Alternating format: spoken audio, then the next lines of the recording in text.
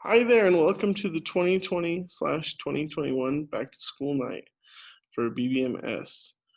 First of all, I just want to say thank you for all of you guys who are taking the time to watch this video and come to ask any questions or to voice any concerns that you have. I know this is a very different year, um, but we're going to get through it. And so far, the kids seem to be doing great. I know everyone here is working really hard to make sure we're doing the best that we can as a staff to provide for your students. With that being said, for those of you who don't know me, my name is William Brooks. I'm the 8th grade social studies teacher here at BBMS. I've lived in Apple Valley my whole life. I've went to school at VVC and Cal State San Bernardino, where I got my Bachelor of Arts in History, and I also have gotten my credentials from there. When it comes to education, I've been in education for over 7 years now at a variety of different levels. I've worked with special needs students. I've worked from K through 12. Pretty much there's a lot of, if you can think of it, I've probably worked in it with the school district. This is my second year here though at BBMS. I really love it here. It's great. The kids are awesome. You guys have done a great job raising them, and I look forward to it every day just coming into work. So that's a little bit about me. That being said, what we're going to go ahead and do here for the rest of the video is I'm just going to go over my classroom syllabus. I've already gone over this with students, but this is so you know what my classroom expectations are. And that way, if you have any questions or concerns when it comes to Tuesday night, you can ask me those and I will be able to answer them, hopefully, right on the spot. So that being said, let's go ahead and start covering the expectations. I'm going to share my screen. Hopefully it comes up on your end. So 8th grade U.S. history, that is what we are teaching this year, what I am teaching. And it basically, our focus points is going to be on the colonization of North America, as well as we're going to go up to the Reconstruction period following the Civil War. So that's going to be our main focus. My learning objectives for this course are for students to be able to analyze and summarize the primary and secondary source, discover how geography affects people and events in history, identify key events, important people, and primary documents in a historical period, identify and analyze an author's point of view, and analyze how history changes through war, peace, and leaders. Basically, my main goal in this class is to have your kids critically thinking about events in history, right? I know history is not the most appealing subject to many, but I'm hoping by the time they're done here, they have a bit more of an appreciation for it. And not only that, these skills that I'm trying to teach them are not just applicable to history, right? If they can analyze or think about different events, and RUL and cite evidence, that's going to help them with applying for jobs, getting ready for college, things like that. So I'm really hoping to use history as a way to convey different life skills for college and career. My classroom expectations are students are expected to be polite and respectful to everyone. We have a lot of classroom discussion in this class, and my expectation is that no one is put down, everyone and their opinion is respected, and that we can talk about it in a civil way. They need to be ready and logged into Google Meet or Zoom and working at the start of class. Obviously, we have limited time right now, so they really need to be to class on time.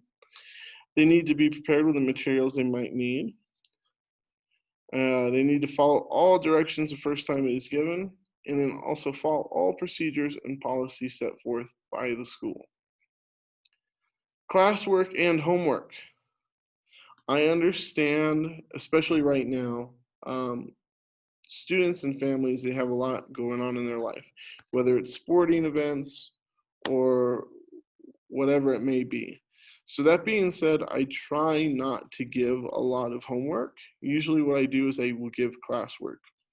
And I expect that to be done on time because you usually have most of the period to work on it and then like a day or two. If it's not done in time, then usually what happens is most of my assignments are out of 5 points. If it's not done on time, usually I will penalize them 1 point from that. And that's just to teach them personal responsibility and also to, award those who have their work on time turned in so that they're getting full credit and someone who turns in something 3 weeks later does not. I also expect students to participate in classroom discussions. So like I said, we have a lot of classroom discussions. I want students involved. We do a lot of things called Nearpod right now, which is kind of like an interactive PowerPoint. So the expectation is that they're logged into that when we're going over notes, and whenever I have an open-ended question on there, they're answering it. Whether they get it right or wrong, that's not what I'm focused on. I'm focused on why they think the way they think. That's what I want to know. Late work, missing work, and reassessment. So we've already gone over late work. As far as if it's turned in late, they will be penalized 1 point out of 5. That excludes, of course, if a student is absent or sick or a family event has gone on. That's a totally different story. If they just get in contact with me, I'm not worried about that. They'll get the full 5 points in that case. With every absence or misunderstanding of historical content or skills practiced during a class session, I will do everything I can help students to get caught up with missing work. And I will. If your student is struggling or falling behind, I am there for them. All they need to do is reach out, and I will do everything I can to help them. My grading policy. Homework and classwork will make up 60% of my grade. So it's very important that they do that and get it done on time. And assessments will consist of 40% of my grade. My grading scale is as follows. An A is 100 to 90%, a B is 89 to 80%, a C is 79 to 70%, a D is 69 to 60%, and an F is 59 to 0%. So that pretty much covers my classroom expectations as far as their academic grade goes in this class. For citizenship, I'll go over this real quickly, but they need to follow the BBMS citizenship guidelines, which are all listed here. I'll let you go over these if you need to. I will have a link to my syllabus that you can look at. But pretty much how it works is they'll be awarded 5 citizenship points a week. And if they're not doing what they need to be doing, they will lose points. Consequences for losing points, if a student loses 2 single points in a week, a verbal warning will be issued. If they lose 3 or more in a single week, then I will contact you. And if their citizenship grade drops below C, parents will be notified, and hopefully we can get a meeting scheduled so that way they don't go any lower. Well, anyways, I look forward to seeing all of you tomorrow, Tuesday, the 18th. And if you have any questions or concerns, please feel free to email me. I will leave my contact information on the email or syllabus, and so you can get in touch with me. Anyways, have a great day.